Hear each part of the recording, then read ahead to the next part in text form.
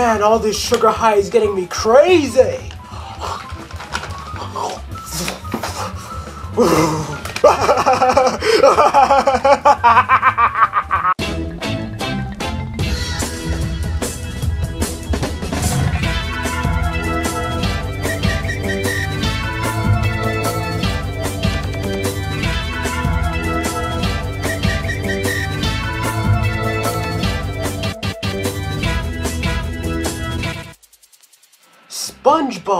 SpongeBob Out of Water is a brand new sequel and also a live-action film of SpongeBob Squarepants, featuring all of your SpongeBob characters from the show that everybody is worshipping. And in this movie, we got SpongeBob selling Krabby Patties to everyone, then his enemy Plankton competes with him and tries to go after a formula for this particular food that everyone loves. Then suddenly, while Plankton goes after this formula, it mysteriously goes missing, and now everyone in the town is rioting because of one food. And now SpongeBob, Plankton, Patrick, and all his buddies team up to find the formula, which is in dry land.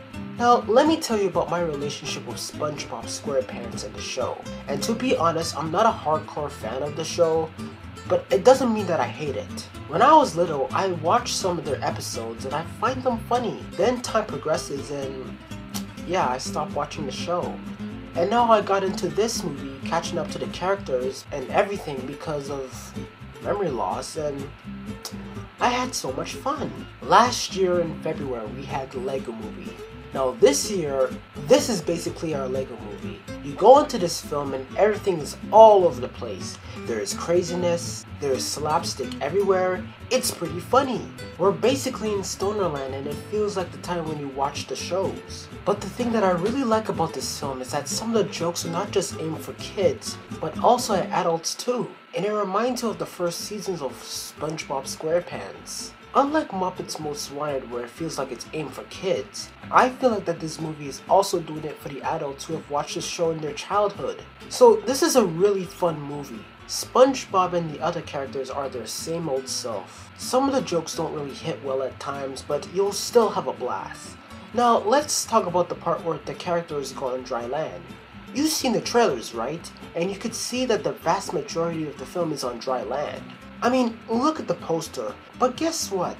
These characters do not go on dry land until, I don't know, 30 minutes before the movie ends. And this film is only 1 hour and 30 minutes. While you are waiting, you are begging to yourself, come on, go on dry land already. The suspense is killing you.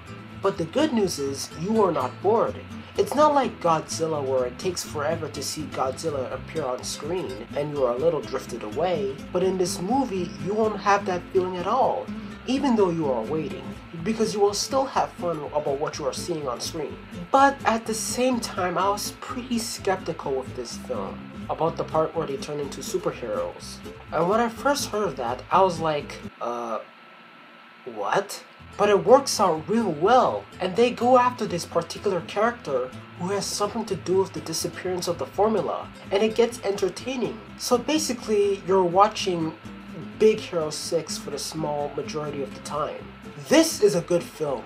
Kids will love it, the adults who have seen the show in their childhood will love it, and if you are a fan, check this one out. 7 SpongeBob Squarepants out of 10.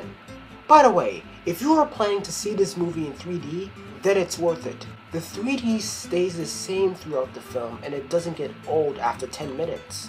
So go ahead. So that is my take of SpongeBob Sponge Out of Water. Thank you for watching. More reviews on the way. The SpongeBob movie, Sponge Out of Water, in 3D.